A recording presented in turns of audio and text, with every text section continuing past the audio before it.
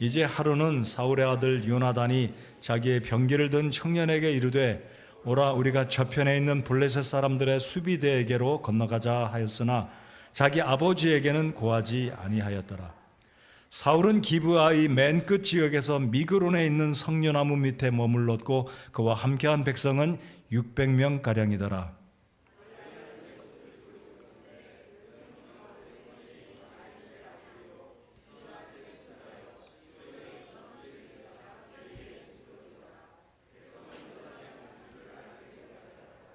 요나단이 통로들을 통해 블레셋 사람들의 수비대에게로 건너가려 하였더라. 그 통로들 사이에는 이쪽에도 날카로운 바위가 있었고 저쪽에도 날카로운 바위가 있었는데 하나의 이름은 보세스요 다른 것의 이름은 세네더라.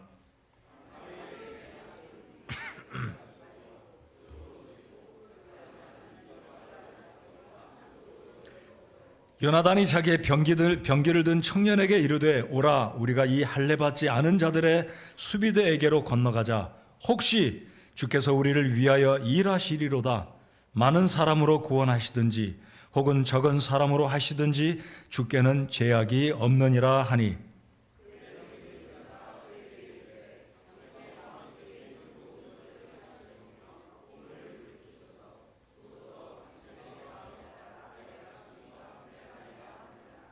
그때 요나단이 이르되 보라 우리가 이 사람들에게로 건너가 우리 자신을 그들에게 드러내리니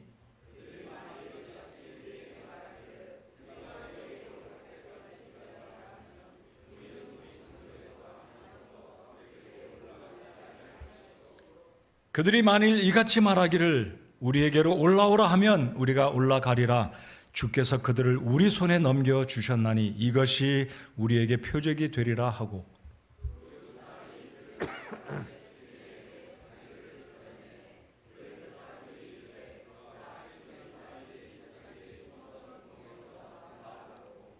그 수비대 사람들이 요나단과 그의 병기 드는 자에게 응답하여 이르되 우리에게로 올라오라 우리가 너희에게 한 가지 일을 보이리라 하니라. 요나단이 자기의 병기를 드는 자에게 이르되 나를 따라 올라오라 주께서 그들을 이스라엘의 손에 넘겨주셨느니라 하고는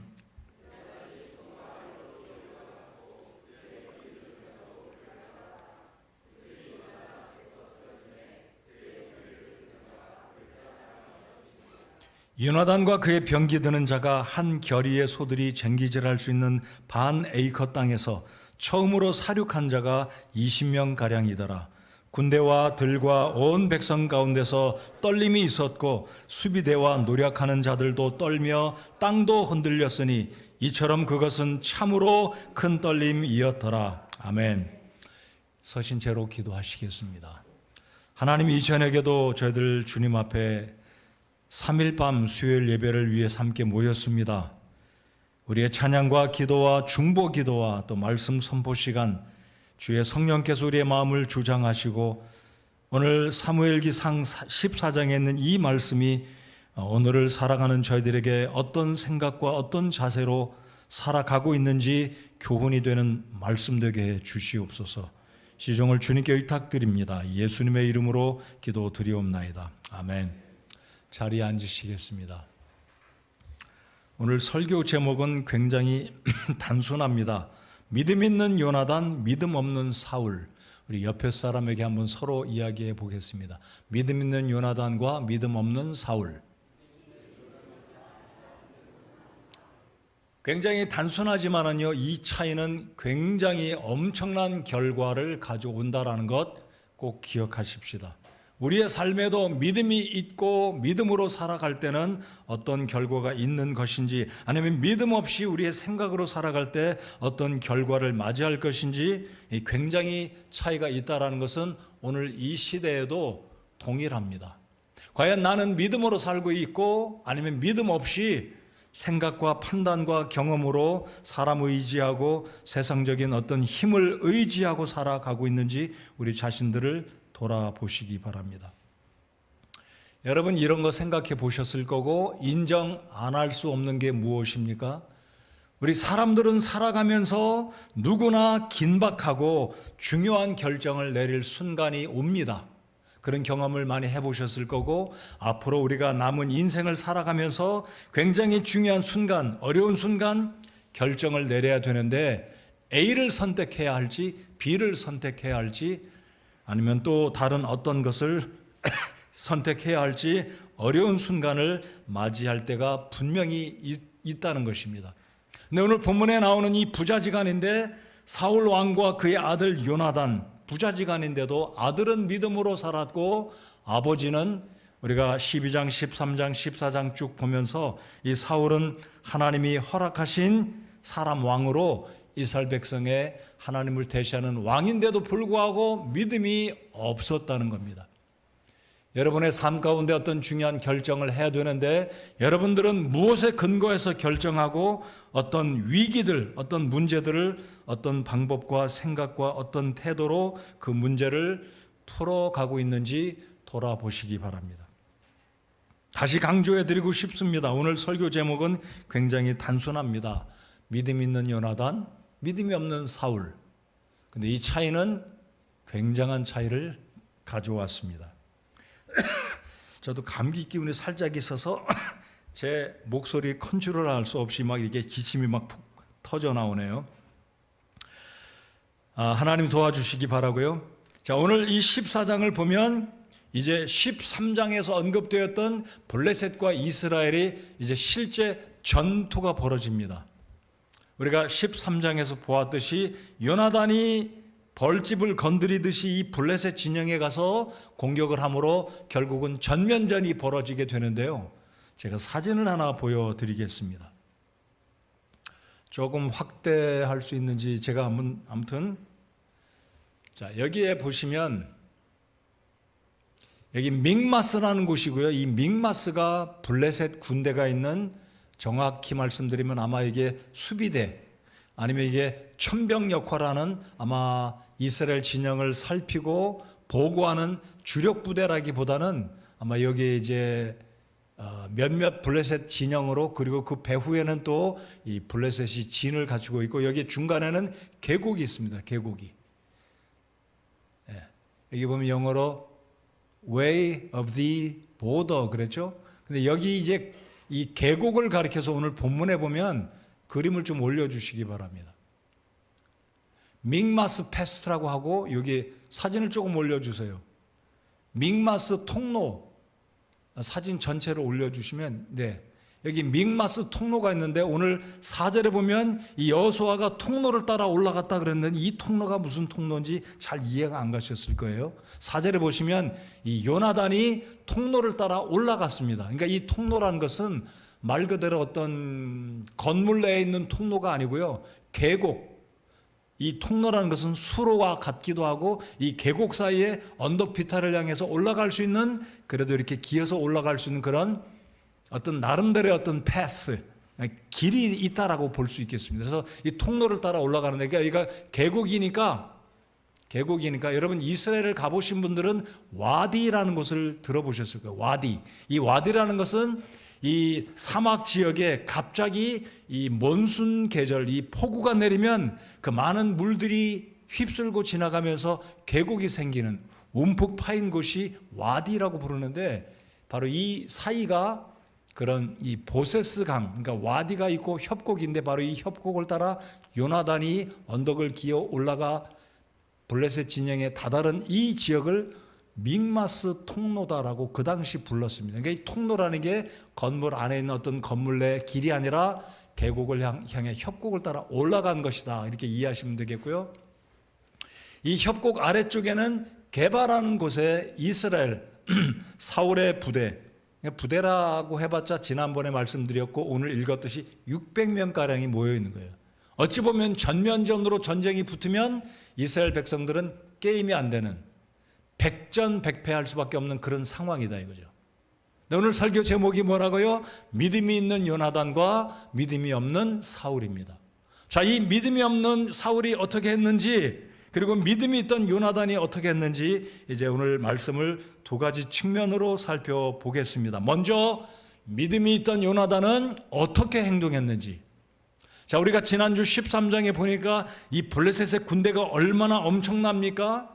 마병이 몇만, 3천이라고 제가 정정해서 말씀드렸고, 그다음에 보병이 얼마요? 해변에 있는 모래와 같이 많다 그랬는데, 이 싸움은 사실상 인간적인 계산으로 하면 싸움이 안 되는 전투였습니다. 자, 이런 상황에 이제 전면전이 벌어지게 되는데요. 이 요나단이 어찌 된 일인지 둘이 갑니다. 둘이. 아니 200명이 가도 20명이 가도 부족할 판인데 이 수비대를 먼저 치려고 요나단이 병사를 데리고 가는데, 지난주에 살펴보셨던 것처럼 두 사람의 무기는 하나밖에 없는 거예요. 이게 말이 됩니까? 두 사람이 올라가는데 요나단이 데리고 간 수종자, 이 청년 종은 무기가 그마저 없어요. 자, 2절을 보시면 사울은 기브아의 맨 끝 지역에 미그론에 있는 성녀나무 밑에 머물렀고 그와 함께한 백성은 600명 가량이더라. 그러니까 이 요나단이 이제 자기의 수종자 청년 한 명을 데리고 올라가는데 믿음으로 행동을 합니다. 자, 그래서 6절에 보시면 요나단이 자기의 병기를 든 청년에게 이르되 오라, 우리가 이 할례 받지 않은 자들의 수비대에게로 건너가자. 지금 통로로 그 협곡을 따라 언덕 위로 올라가는 거죠. 올라가는 게 얼마나 힘듭니까? 위에서 돌을 굴린다든지, 마치 영화에서 보시면 돌을 굴린다든지 뜨거운 물을 분다든지 활을 쏜다든지 이러면 그냥 끝이에요. 무모한 싸움을 지금 요나단이 시작하고 있는 것처럼 보입니다. 과연 요나단이 정신이 없는 사람인가요? 너무나 무모한 사람인가요? 그것도 자기의 대장이자 국왕이었던 아버지 사울에게 허락도 안 받고 보고도 안 하고 슬쩍 병영에서 이탈해서 종을 한 명 데리고 올라가는 거예요. 목숨 내건 거죠. 무식하게 표현하면 미친 겁니다. 정신이 없는 거예요. 그러나 사실 오늘 이 말씀을 보면 요나단은 저 할례 받지 못한 자들에게 올라가자, 우리가 저들을 무찌르자 이거예요. 여러분, 인간적으로 보면 미쳤습니다. 정신이 없는 거예요. 아니 목숨을 지금 100개가 있어도 부족한 판인데 올라가는 거예요. 우리의 삶 가운데 어떤 어려운 일이 왔을 때 우리는 어떻게 행동하는지 믿음으로 생각하고 믿음으로 문제들을 풀어나가고 있는지, 아니면 사람 의지하고 군대 숫자 의지하고 돈 의지하고 인맥 의지하고 소위 말하는 백을 붙들고 살아가고 있는지 여러분들 자신들을 오늘 말씀을 통해 잘 생각해 보시기 바랍니다. 우리 어린이 여러분들, 청년 여러분들, 우리가 어떤 문제 앞에서 정말로 이렇게 심각하게 생각해 보십시다. 나는 문제 앞에서 믿음으로 생각하고 믿음으로 요나단처럼 행동하고 있는지, 아니면 계산하고 의지할 구석이 보이면 의지할 것 믿고 나아가고 있는지, 요나단처럼 믿음으로 살아가는 저와 여러분이 돼야 한다는 사실입니다. 여러분, 다윗이 이제 우리가 13장 지나면 이제 17장쯤 가면 다윗을 볼 텐데요. 다윗의 고백도 똑같았어요. 저 믿음 없는 할례자 골리앗에게 나아간다. 내가 어찌 만군의 하나님을 조롱하느냐라고 다윗이 하나님을 신뢰하고 물매를 돌리며 나아가지 않습니까? 자, 그래서 이 믿음의 사람 요나단은 어떻게 행동했는지 한번 계속 살펴보겠습니다. 자, 이 요나단이 무턱대고 간 게 아니라 하나님을 신뢰하는 믿음이 믿음에 근거해서 올라가고 있다라는 겁니다. 자, 그래서 4절부터 쭉 보시면 이 상황, 맞은편에, 협곡 맞은편에는 블레셋 진영이 수비대가 있어요. 여러분, 수비대는 어벙벙한 사람이 앞에 세우지 않아요. 용사들, 용맹한 자들, 민첩한 자들, 전세를 파악하는 자들, 소위 말해서 군대 경험이 있는 전투 경험자들이 수비대 앞 최전방에 있는 겁니다. 여러분, 오늘날 전쟁이 벌어지면 우리가 그러잖아요. 이구동성으로 과연 우리 젊은 한국의 이 군인 애들이 진짜 정신 차리고 전투를 할 건지 아니면 고개 숙이고 쳐받고 도망갈 것인지 우리 생각하면 후자에 가까울 거다라고 생각하지 않아요? 여러분, 블레셋 수비대 사람들은 용맹하고 경험 있고 진짜로 용병들, 용맹스러운 군인들인데 이 요나단이 그것도 두 사람이, 그리고 자기 손에 무기도 없어요. 근데 6절에 보면 요나단이 이렇게 고백합니다.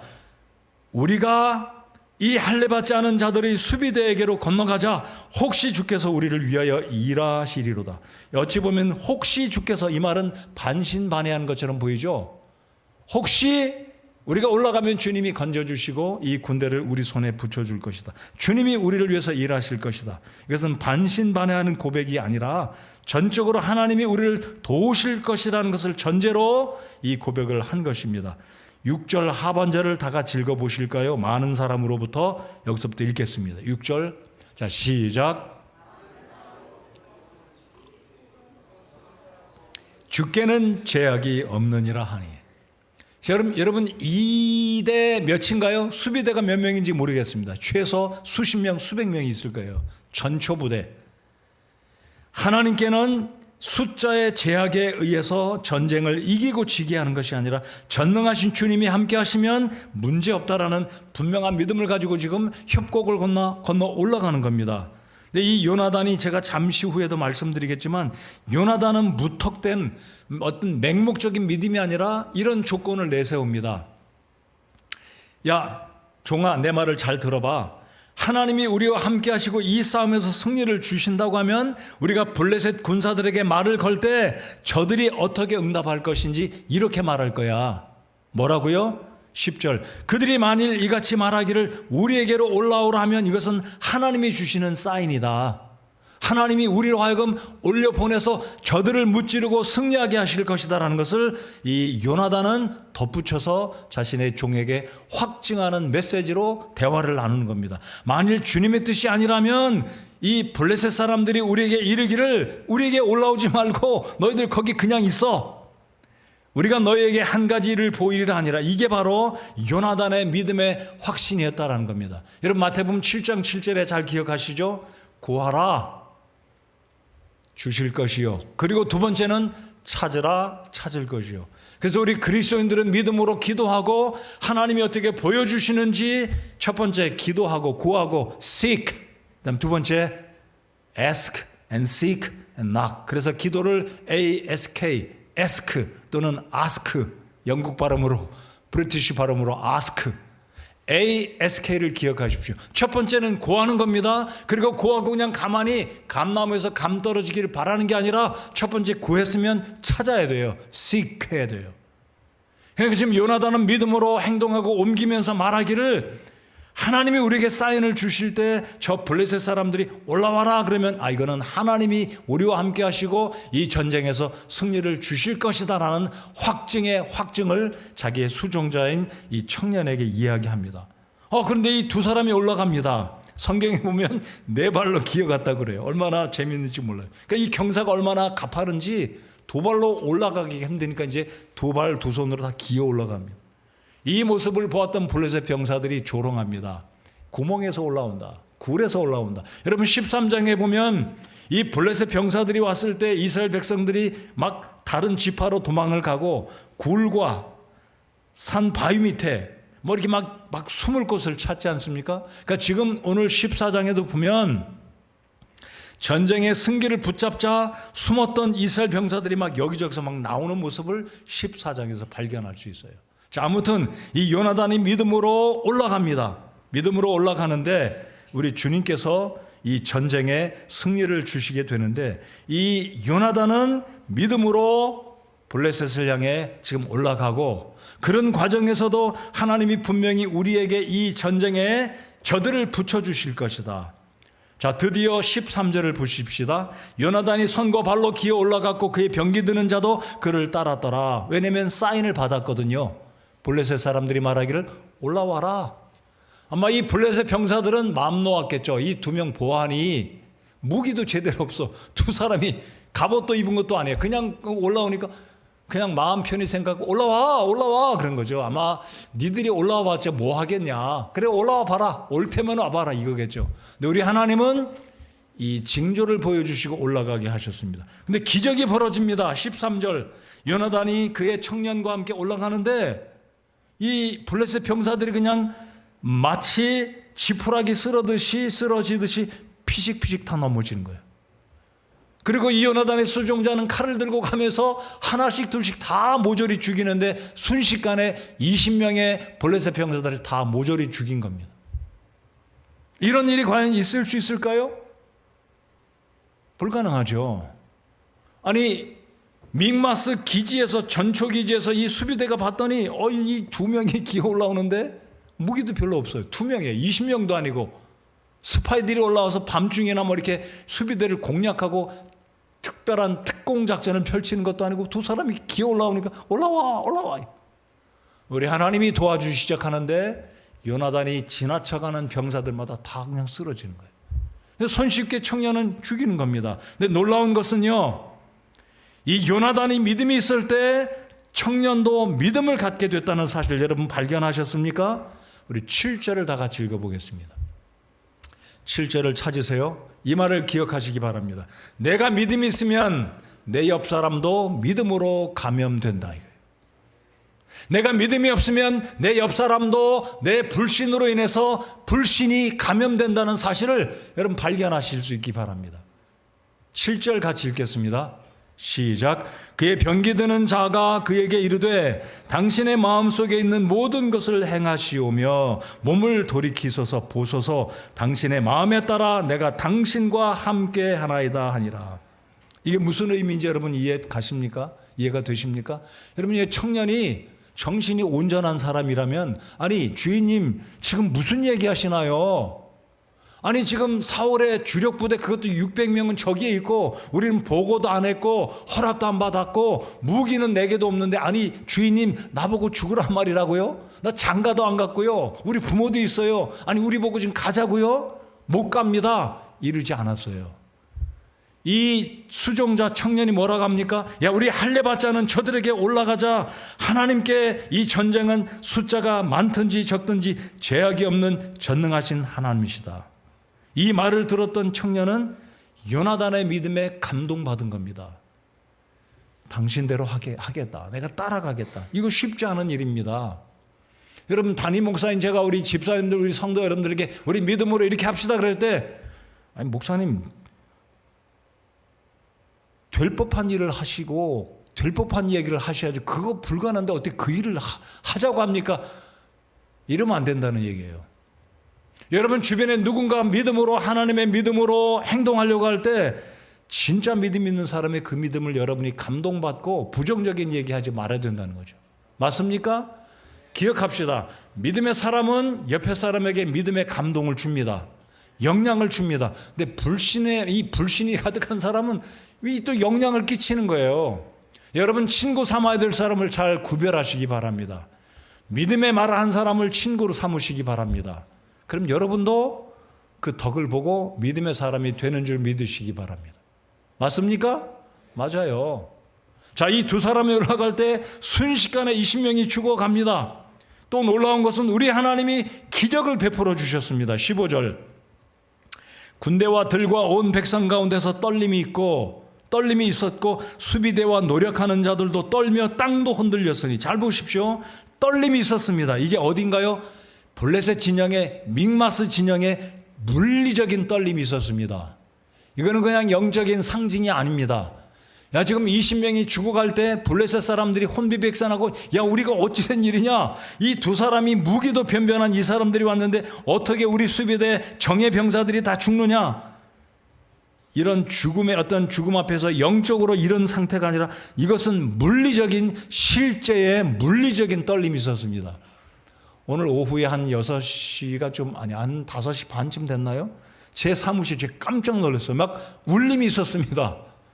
그리고 전기불이 막 깜박깜박 하더니 막 큰 소리가 나고 창문 바깥으로 보니까 막 연기가 나왔어요. 제 사무실 바로 옆에 나가면 세븐일레븐 그 사무실에 그 공간에 누전이 있어서 굉장한 막 폭음이 막 들렸다 그래요.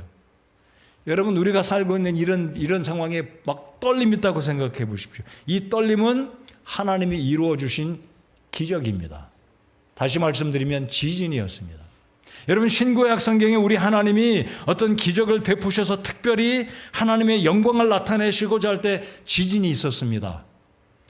대표적인 예로 사도행전 16장에 보면 바울과 실라가 갇혀있는 그 감옥에 지진이 일어났잖아요. 이게 우연이 아닙니다. 하나님이 일으켜주신 기적이라고 믿습니다. 자, 지금 요나단과 이 수종자가 올라갔을 때 이 믹마스의 블레셋 진영에 떨림이 있었습니다. 그래서 많은 사람들이 놀란 거예요. 15절 하반절에 제가 다시 읽습니다. 수비대와 노력하는 자들도 떨며 땅도 흔들렸으니, 여러분 이것은 정신적인 블레셋 군사들의 심리적인 정신적인 두려움만이 아니라 땅도 흔들렸습니다. 이처럼 그것은 참으로 큰 떨림이었더라. 지진 강도 4, 5 이상 올라가지 않았을까? 4 이상이면 이 지진이 굉장한 거잖아요. 땅도 흔들렸는데 이러자 15절에 보면 이 블레셋 군영, 이 진영에 엄청난 공포가 있어서 드디어 이 블레셋 사람들이 도망가기 시작합니다. 이 모습을 사울이 바라본 거예요. 정확히 사울의 파수꾼이, 그때 뭐 망원경이 있겠습니까? 뭐가 있겠습니까? 근데 이제 이 반대편에 협곡에서 나름대로 이 사울의 부하들이 눈을 뜨고 바라보니까 이 블레셋 진영의 믹마스 진영의 병사들이 혼비백산하고 어쩔 줄 모르고 난리가 난 모습을 부하가 발견하고 사울에게 보고를 드립니다. 자, 여기까지가 이제 이 믿음의 요나단이 그의 수종자 청년과 행동한 사실이라면, 하나님을 신뢰하고 불가능과 같은 이 상황에서 요나단은 한 사람을 데리고 올라가잖아요. 그것도 무기도 제대로 있지 않은 이 상황에서 우리 하나님이 요나단의 믿음을 보시고 20명을 순식간에 죽이고 이 승기를 잡는, 여러분 이 전쟁에서 승기를 잡게 되는 이거 굉장히 중요하지 않습니까? 16절 17절 보면 이 사울이 점호를 합니다. 어찌 된 일이냐? 누가 우리 가운데 저 믹마스 블레셋 진영에 쳐들어갔느냐? 점호를 해보니까 요나단이 없어진 게 발견된 거예요. 자, 이 상황이 이제 믿음이 없는 사울의 행동을 이제 16절부터 우리 살펴보겠습니다. 자, 15절까지가 우리가 오늘 읽지 않았습니까? 15절까지가 믿음이 있던 요나단. 그렇다면 16절부터 마지막 35절까지는 52절까지는 믿음이 없는 사울의 행동을 살펴보겠습니다. 다시 여러분께 질문을 드리겠습니다. 여러분, 어떤 상황에 위기의 순간, 고난의 순간이 올 때 믿음으로 활동하고 믿음으로 행동하고 믿음으로 대처하고 있는지, 아니면 환경이 어떤 여건이 두렵고 실제적인 이 고난이 올 때 내 힘으로 감당할 수 없기 때문에 인적인 자원이나 사람들을 의지하고 내 경험을 의지하고 어떤 수단과 방법으로 이 위기를 해결하려고 안절부절하고 있는지, 사울의 모습인지 요나단의 모습인지 여러분 자신들을 살펴보고 저 자신을 살펴보기 바랍니다. 자, 이제 19절부터 이 믿음이 없던 사울이 어떻게 행동하는지 보겠습니다.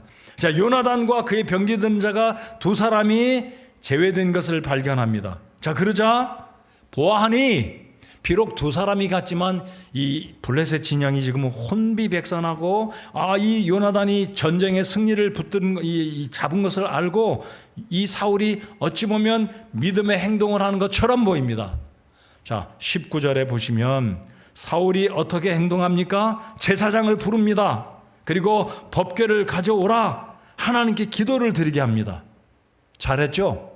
잘한 겁니다. 이게 이스라엘 백성들이 전쟁을 앞두면 하나님의 법궤 또는 제사장을 불러서 우림과 둠림으로 점을 칩니다. 점이라고 표현해서 죄송하지만 하나님의 뜻을 구하는 거예요. 하나님, 이 전쟁을 우리가 이깁니까? 못 이깁니까? 제사장의 품속에 우림 아니면 둠림 둘 중에 하나 돌을 꺼내가지고 좋은 사인을 주시면 이 전쟁 승리한다 해가지고 전쟁에 적극적으로 나아가는 게 이스라엘 백성들의 관례였습니다. 그러니까 지금 이 사울은 전쟁이 승기를 잡았는데 이게 진짜 우연의 일치인지 아니면 하나님이 축복하시는 것인지 제사장에게 명령하고 법궤를 가져오게 합니다. 그리고 하나님께 이제 제사장으로 하여금 기도를 시키는 거예요. 그런데 사울의 믿음이 없으면 거기까지였습니다. 20절을 보실까요? 20절 눈으로 보시기 바랍니다. 사울과 그와 함께 있던 온 백성이 모인 뒤 그들이 싸우러 갔는데 보라, 각 사람의 칼이 자기 동료를 치매 거기에 크게 쳐부수는 일이 있더라. 지금 블레셋 진영에는 큰 떨림이 있을 뿐만 아니라 기적이 발생하기를 이 블레셋 병사들이 자기들끼리 지금 칼을 들어서 동료 병사를 찌르고 난리가 난 거예요. 그리고 이 고통 소리, 엄청난 이 전쟁의 이상한 소리들이 들려오니까 사울이 기도하는 것을 멈추고 전쟁터로 달려갑니다. 잘했나요? 잘못했나요? 자, 우리 몇 절을 읽냐면 제가 성경책을 바꿔서 가져오니까 몇 절인지 제가 그런데 이 제사장에게 기도하는 걸 멈춰라 이야기를 해요. 자, 19절 다 같이 읽겠습니다. 19절 읽겠습니다. 시작.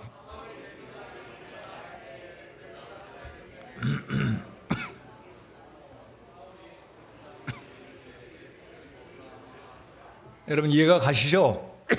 제사장이 법궤를 갖다 놓고 하나님께 기도하면 이 전쟁이 어떻게 되겠습니까? 이제 여쭙는데 제가 물을 마셨더니 또 사례가 들려가지고요. 갑자기 사울이 말하기를 내 손을 거두라 이거. 기도하지 말라 이거예요.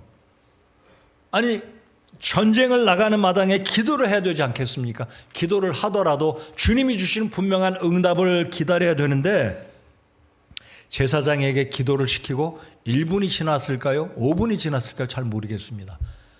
예측하건대 기도를 시키자 얼마 되지 않아갖고 마음이 급해져 가지고 야 기도하지 말라 하고 병사들을 이제 모아서 전쟁으로 협곡을 건너 올라가는 거예요.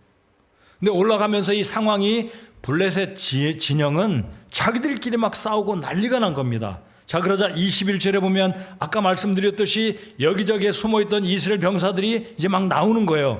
숨었던 병사들이 22절 에브라임 산에 숨었던 이스라엘의 모든 사람들도 블레셋 사람들이 도망쳤다는 것을 듣고는 싸우면서 그들을 거세게 추격하였더라. 23절 다 같이 읽겠습니다. 23절 시작. 이스라엘을 구원하셨으므로 전쟁이 베다웬으로 넘어갔더라. 이게 베다웬으로 넘어갔다는 말은요, 믹마스 진영에서 서쪽으로 이 블레셋 병사들이 후퇴하고 도망간 그 지역이 베다윈입니다. 벳아윈. 근데 베다윈은 아얄론 지역입니다. 아얄론. 여호수아 시대 때 이 아말렉과의 전쟁에서 여호수아가 해와다를 멈추게 한 그 역사적인 장소 아얄론. 그리고 블레셋은 원래 있던 가자 지구로 서쪽으로 지중해 해안가를 따라 점점점 밑으로 내려가지 않았을까. 근데 문제는 여기서 발생합니다. 어떤 문제가 발생하냐면요, 우리 하나님께서 이 요나단의 믿음을 보시고 이 전쟁을 승리로 이끌어 가시는데 이 사울이 우리말로 재밌게 표현하면 뚱딴지 같은 결정을 합니다. 무슨 결정이냐면 지금 한참 추격을 하는데 명령하기를 이스라엘 병사들은 아무것도 먹지 말라 이거예요. 금식! 아무것도 먹지 말라 이거예요. 온전히 금식하고 블레셋의 뒤를 따라 저들을 공략하고 다 쳐라 이거예요.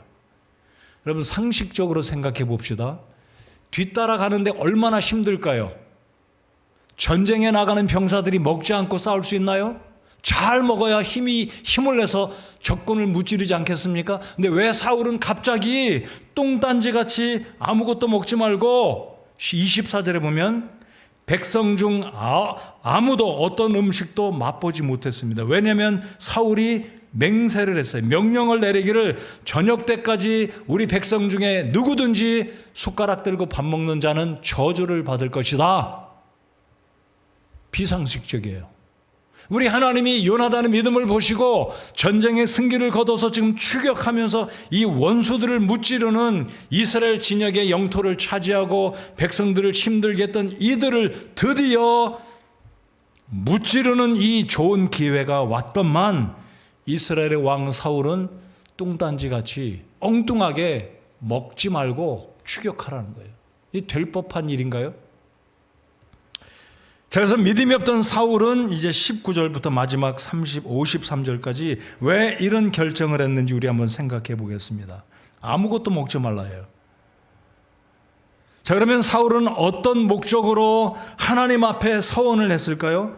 누구든지 오늘 이 음식을 먹는 자는 누구를 물어나고 하나님의 저주가 임할 것이다. 스스로 이스라엘 백성의 왕으로, 리더로, 군대 장군으로 하나님께 서원을 하고 이런 맹세를 하고 백성들에게 명령을 내렸습니다.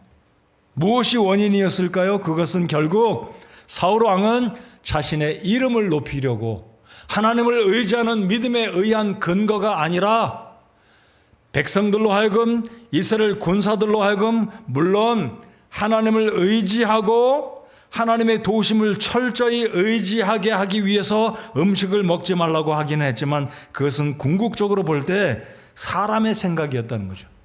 믿음으로 하나님을 의지하고 전쟁터에 나가는 것이 아니라 인간적인 방법, 짧은 생각, 경솔한 생각과 판단으로 백성들에게 맛있는 것을 먹으라고 해도 부족한 판에 먹지 말라고 하는 잘못된 판단과 잘못된 명령을 내려서 더 많은 블레셋 병사들을 이참에 무찌르고 대승을 거둬야 되는데 힘이 들어서 못 따라가는 거예요.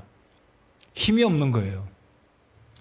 우리 한 장을 넘겨서 하나님 말씀을 한번 읽어보겠습니다. 이 제 성경이 바뀌니까 몇 절인지 이 백성들이 결국은 너무나 힘들어가고 기진맥진해가지고 28절을 보겠습니다. 그때 백성 중에서 한 사람이 응답하며 이르되 당신의 아버지가 맹세로 백성에게 엄히 명하여 이르시기를 이날 음식을 먹는 사람은 저주를 받을지어다 하셨으므로 백성이 기진하였나이다 하니 이 명령을 받았던 요나단과 수종자 두 사람을 제외하고는 아무도 음식을 먹지 못했습니다. 심지어 가다가 꿀이 있는데 그 꿀 먹어도 힘이 나지 않겠어요? 요나단은 이 아버지의 명령을 몰랐기 때문에 24절 이하에 보면 이 요나단이 급히 블레셋 병사들을 쫓아가다 추격하다가 손에 있는 지팡이로 꿀을 찍어서 이 먹었을 때 요나단의 눈이 밝아졌고 힘이 났다고 그랬어요. 근데 이 이스라엘 백성들이 비록 600명 아마 숨어있던 병사들이 모집됐다면 더 많이 있지 않겠습니까? 음식을 나름대로 여기저기서 공급받고 먹었다면 기운이 나서 더 블레셋 병사들을 추격해서 더 많은 사람들을 무찔렀을 것입니다. 자, 근데 결국 그 다음 구절 한번 보시겠습니다. 이 백성들이 결국은 이 블레셋 백성들을 무찌르면서 노략물을 차지하고 소와 양을 잡고 그 우양을 먹게 되는데 32절을 보시겠습니다. 32절 다 같이 읽겠습니다. 32절 시작. 백성이 노력한 물건으로 날아가서 양과 소와 송아지들을 취하고 땅에서 잡아 그것들을 핏째 먹었더라. 이 우양을 잡아와서 그것을 이제 실어 왔겠죠? 물건으로 날아가서 이 표현은 이제 가지고 왔다는 거죠. 그리고 양과 소를 잡아서 먹는데 얼마나 배가 고팠으면 핏째 먹었어요. 여러분, 이스라엘 백성들이 율법에 의하면 하나님은 분명히 동물을 잡아 먹되 핏째 먹지 말라고 주님이 분명히 말씀하셨어요. 근데 사울이 엉뚱하게 성급한 판단으로 하나님께 여쭙지도 않고 기도하는 제사장마저 기도도 중단시키고 감정에 치우쳐서 인간적인 방법으로 전쟁에 임했던 이 사울은 결국 백성들로 하여금 더 많은 승리를 거둘 수 있었음에도 불구하고 핏째 먹게 되는, 하나님 앞에 죄를 짓게 되는 이 누를 범하게 되었다라는 사실입니다. 자, 그래서 결국 이스라엘 백성들은 적지 않은 승리를 거두고 블레셋 사람을 이제 어느 정도 이스라엘 진영에서 쫓아내서, 아마 성경은 자세히 기록하지는 않지만 이때를 기해서 블레셋은 그래도 점점점 해안가 가자지구로 내려가지 않았을까. 그래서 전쟁은 일단 여기에서 일단락이 맺어집니다. 자, 그리고 35절에 보시면 사울이 주님께 제단을 쌓습니다. 자, 35절 눈으로 보시겠습니다. 사울이 주께 제단을 쌓았는데 바로 그것은 그가 주를 위하여 처음 쌓은 제단이었더라. 이 의미는 여러분 이 35절을 읽으면 무슨 생각이 드십니까? 이미 사울은 전쟁을 몇 차례 했습니까? 적어도 본문에서 한 번, 13장에서 전쟁이 시작되었고 그 앞장에 보면 12장에 암몬과 전쟁을 치르지 않습니까? 근데 본문에 보시면 그가 주를 위하여 처음 쌓은 제단이었더라.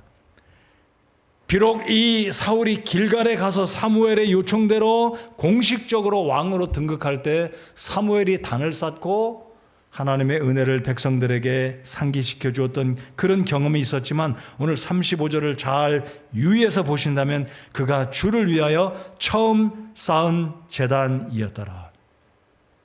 좋은 의미는 아니라는 것 여러분 느낌이 오시죠? 이미 왕된 지가 2년이 지났습니다. 맞습니까? 우리 13장에 살펴보았잖아요. 사울이 왕으로 등극한 지 몇 년이 지났다고요? 2년이 지났습니다. 근데 처음 제단을 쌓았다. 말이 됩니까? 이건 안 된다는 이야기예요. 그만큼 사울은 서서히 하나님을 경외하는 마음으로부터 멀어지고 있는 단적인 모습이다라는 거죠. 자, 그런데 이 사울이 또 무슨 이야기를 하냐면 37절에 보면 하나님의 조언을 구합니다. 쉽게 말씀드리면 기도를 드리는 거예요. 여러분, 우리가 방금 이 14장 앞부분에 보면 요나단이 이 믹마스에 올라가서 수비대를 무찌르고 20명이 죽어나가고 혼비백산한 이 블레셋 진영을 보았을 때 제사장을 부르고 법궤 앞에서 기도를 드리게 한 후에 그 기도마저 멈추게 했던 이 사울, 그리고 경솔한 판단으로 음식을 먹지 말라고 쓸데없는 잘못된 판단을 명령을 내림으로 하나님이 주신 이 축복의 기회를 그릇되게 만들었던 이 사울이 이제 왜 기도를 하냐 이거예요. 기도를 하면서 주님의 뜻, 주님의 조언을 구하는데 37절 그 조언이 무엇인가요? 내가 블레셋 사람들을 쫓아가리이까 주께서 그들을 이스라엘의 손에 넘겨주시겠나이까 하였으나 37절 하반절 성경은 무엇으로 기록합니까? 그분께서 그날에 그에게 대답하지 아니하심으로. 거기까지였어요. 아마 이 사울이 정말로 제사장에게 명령하고 법궤를 앞에 두고 하나님의 뜻을 진중하게 기도하고 간절히 주의 뜻을 구했다면 어떠했을까요? 우리 하나님이 응답해 주셨을 겁니다. 오늘 하나님께서 요나단을 통해 그의 믿음을 보시고 저들을 너희 손에 붙여주었다. 올라가라. 아마 이런 응답이 있지 않았을까요? 그러나 기도하다 말고 기도하던 제사장에게 기도를 멈추게 했던 이 사울, 믿음으로 시작하지 않았던 이 전쟁은 결국 사울이 경솔한 판단과 불필요한 명령으로 하나님이 주신 축복을 그 정도밖에 받지 못했다라는 거예요. 그리고 뒤늦게 하나님의 조언을 구할 때 우리 하나님은 침묵으로 그에게 답을 주시지 않았습니다. 자, 그런데 또다시 사울이 어떤 이야기를 합니까? 핑계를 대고 그 책임을 누구에게 전가하냐면 요나단 죽여야 된다. 38절 보시겠습니다. 사울이 이르되 백성의 모든 우두머리들아 너희는 여기로 가까이 오라. 이날 이 죄가 어디에 있는지 알고 살펴보라. 여러분 14장 읽어보시면 누구의 죄인가요? 우두머리들인가요? 중대장, 대대장 책임인가요? 사울이 사단장이다, 군단장이다, 아니 대장이다 친다면 그 밑에 있는 부하들이 잘못인가요? 요나단 잘못인가요? 여러분 사실 요나단은 사울이 음식을 먹으라는 이 명령을 내릴 때 하나님 앞에 맹세하듯이 서원하고 음식 먹는 자는 저주가 임할 것이라는 이 명령을 선포했을 때 요나단은 듣지 못했습니다. 어찌 보면 요나단은 사울이 나라의 리더로 이 나라의 왕으로 하나님과의 어떤 약조를 통해 맹세하고 이 백성들에게 축복과 저주를 언급한 이날에 요나단은 상관이 없었습니다. 근데 결국 요나단은 지금 위험에 처한 거예요. 죽을 거다. 39절 이스라엘을 구원하시는 주께서 살아계심을 두고 맹세하노니 그 죄가 내 아들 요나단에게 있다 할지라도 그가 반드시 죽으리라 하되 온 백성 가운데서 그에게 대답하는 자가 하나도 없더라. 여러분 지금 누가 잘했는지 백성들은 다 아는 거예요. 누가 믿음으로 이야기했고 믿음으로 행동했고 사울이 왜 쓸데없이 음식을 먹지 말라고 했을까? 백성들은 알고 있지만 두려우니까 감히 입을 못 여는 거죠. 자, 그런데 이 사울의 결심은 결국 자신의 이 그릇된 행실을 아마 이 사울도 어느 정도 느꼈기 때문에 이 요나단이 꿀을 먹은 사실을 이야기하고 어찌하여 아버지 어찌하여 이 백성들을 뒤쫓고 블레셋 병사들을 무찌르는데 왜 음식을 먹지 말라고 하셨나이까? 내가 꿀을 조금 찍어 먹어서서 눈이 밝아졌고 힘이 나서 병사들을 더 많이 죽일 수 있었을 텐데 어찌하여 이 음식을 먹지 말라고 합니까? 이런 대화를 통해서 요나단이 이 저주에 해당되는 것을 알고 이 사울이 명령을 하지 않습니까? 44절 사울이 응답하되 요나단아 하나님께서 벌을 내리시고 더 내리시기를 원하노니 내가 반드시 죽으리라 하며.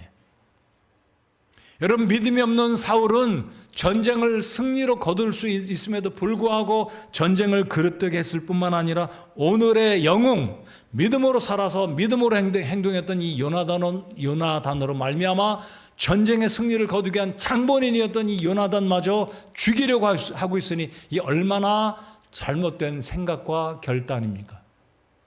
사실 이 과정을 다 알았던 이스라엘 백성들의 이 리더들, 참모들은 사울에게 진언을 합니다. 45절 백성이 사울에게 이르되 이스라엘 안에서 이 큰 구원을 이룬 요나단이 죽어야 하리이까 결단코 그렇지 아니하니이다.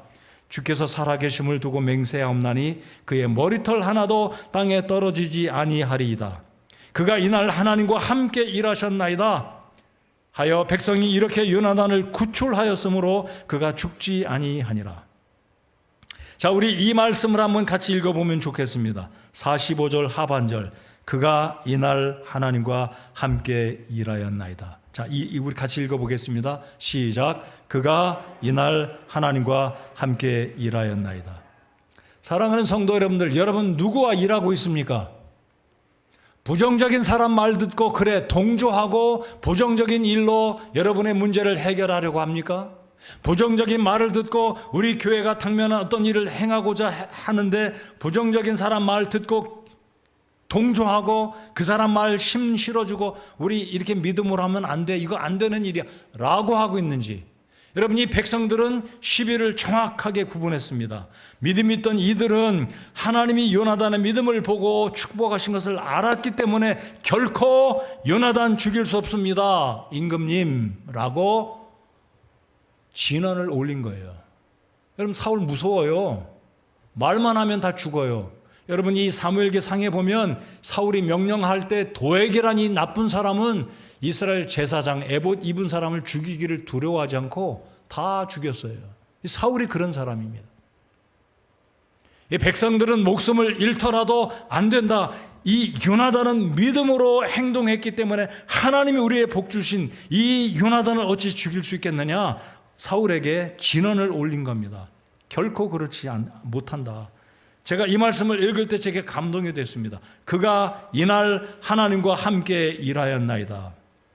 사랑하는 성도 여러분들, 하나님과 함께 일하는 사람이 되십시오. 부정적인 말 듣고 혹시 여러분의 가족이 믿음이 없어서, 여러분 보세요. 부자 아니에요, 부자? 아버지는 믿음이 없었고 아들은 믿음이 있었어요. 이 아버지가 아들만한 믿음이었다면 얼마나 좋았겠습니까? 이 거꾸로 된 거예요. 아버지는 믿음이 없어요. 그가 이날 하나님과 함께 일하였나이다. 사랑하는 성도 여러분들, 우리가 하나님과 함께 일하는 사람이 되시기 바랍니다. 하나님과 함께 일하시기 바랍니다. 네, 그렇게 돼야 돼요. 자, 오늘 말씀의 끝은 52절을 읽고 마무리 짓겠습니다. 52절 같이 읽겠습니다. 굉장히 중요한 의미가 들어있어요. 자, 어떤 의미인지 발견하실 수 있기 바랍니다. 자, 52절 읽겠습니다. 시작. 사울의 평생 동안 블레셋 사람들과 심한 싸움이 있었으며 사울이 강한 자나 용맹 있는 자를 보면 그를 자기에게로 데려왔더라. 두 가지 의미입니다. 하나님이 주신 놀라운 이 기회, 믿음이 있는 요나단으로 말미암아 블레셋에게 결정적인 타격을 입힐 수 있었던 이 좋은 기회를 믿음이 없던 사울로 인해서 블레셋은 여전히 이스라엘 백성들을 힘들게 하는 세력으로 남아있던 겁니다. 믿음의 결과는 승리를 거둘 수 있었지만 믿음이 없었던 사울로 말미암아 여전히 블레셋은 이스라엘 백성들에게 가시와 같았습니다. 여러분, 우리 삶에 믿음으로 살지 않으면 하나님은 우리를 단련시키고자 때때로 이런 일들을 남겨주십니다. 여러분, 여호수아기 사사기 쭉 읽으면서 발견하는 게 뭡니까? 내가 이 땅에 너희들의 원수를 쫓아내지 않고 남겨둔 것은 너희가 하나님의 명령에 순종하는가 아니하는가 보려 하십니다. 기억나십니까? 여러분, 우리의 생애 가운데 왜 고난이 생기고 나를 힘들게 하는 사람이 있는지 다 이유가 있는 거예요. 우리 목사 안수식 때 유경석 목사님이 그러셨잖아요. 목회는 초년병도, 개척하는 분도, 10년 한 분도, 20년 한 분도, 30년 한 분도. 저도 목사 안수 여기서 받았어요. 30년째 맞습니다. 여전히 목회 어려워요. 저 담임 목회 여기에서만 14년째 이제 하고 있어요. 여전히 어려워요. 선교사역 15년 했습니다. 어려워요. 근데 문제는 우리가 믿음으로 하나님 신뢰하고, 여러분 목사가 아니더라도 믿음으로 살아가는 성도가 된다면 하나님은 우리 앞에 있는 블레셋 쫓아내 주세요. 쫓아낼 수 있는 힘 주실 겁니다. 근데 믿음이 없는 이 사울이 인간적인 방법 동원하고 잘못된 판단하고 자기 생각하고 인간적인 방법으로 싸움에 임했을 때, 기도하는 제사장마저 기도 멈추게 했을 때 하나님은 여전히, 잘 보십시오, 사울의 평생 동안 블레셋 사람들과 심한 싸움이 있었다라는 거예요. 이 말씀 꼭 기억하십시오. 여러분 평생에 싸우지 아니하고 순탄한 믿음 생활을 하기 원한다면 믿음으로 사십시오. 굉장히 중요한 교훈이에요. 또 하나의 교훈은 무언가요? 여전히 사울은 인간적입니다. 여전히 머리 써요. 여전히 하나님 의지하지 않는 믿음 없는 사울의 모습을 마지막 구절에 남겨두었습니다. 사울이 강한 자나 용맹 있는 자를 보면 그를 자기에게로 데려왔더라. 무슨 의미일까요? 인간적이에요. 하나님 의지하는 게 첫 번째가 아니라 자기 용사들 곁에 두는 겁니다. 잘못되지 않았다고 말할 수 있어요. 그러나 사울의 기본 태도는 하나님을 의지한 게 아니었습니다. 힘 있는 사람 곁에 둔 거예요. 여전히 사람을 의지한 거예요. 여러분의 삶에 어떤 일이 있을 때 사람 의지하기보다 하나님 의지하는 여러분과 제가 되기를 바랍니다. 맞습니까? 기억하십시오. 이 마지막 이 14장 52절은 사울의 평생 동안 블레셋 사람들과 심한 싸움이 있었다라는 것. 기억하십시오. 여러분이 사역자가 아니고 목사가 아니더라도 여러분 직장과 일터와 가정에 수많은 어려운 일들이 찾아오는데 그 원인은 믿음으로 살지 않으면 하나님은 여러분을 빚으시고 단련시키기 위해서 싸움을 계속 남겨둘 거예요. 오늘 이 52절 말씀을 꼭 기억하시기 바랍니다. 자, 오늘 말씀에 사울은 기도할 때 기도하는 것 같았지만 기도하는 것조차도 멈추었어요. 그리고 전쟁이 어느 정도 정리됐는데 엉뚱하게 또 하나님께 여쭙지만 하나님은 이미 응답하지 않으십니다. 그게 공교롭게도 사무엘기상 마지막 장에 또다시 반복돼요. 무당을 찾아가지 않습니까? 하나님이 응답하지 않자 조언을 구할 사람이 없자 박수를 찾아가잖아요. 여자, 신접한 여자. 그리고 결국 사울은 죽는 것으로 사무엘상이 끝마칩니다. 이 14장의 이 교훈을 사울은 아직도 깨닫지 못한 겁니다. 여러분, 우리의 인생은 아직까지 14장이라고 본다면, 아직 사무엘기 마지막 끝장까지 안 왔다면 여전히 우리는 믿음으로 살 기회가 있다는 것 기억하시고 믿음으로 살아가는 저와 여러분 모두가 되시기 바랍니다. 자, 믿음이 없는 요나단, 믿음이 있던 요나단, 믿음이 없던 사울, 너무나 쉽습니다. 제목 설교 너무나 쉬워요. 단순합니다. 그러나 그 차이는 엄청나다는 것. 믿음으로 살아가십시다. 우리 일어나서 찬송하겠습니다.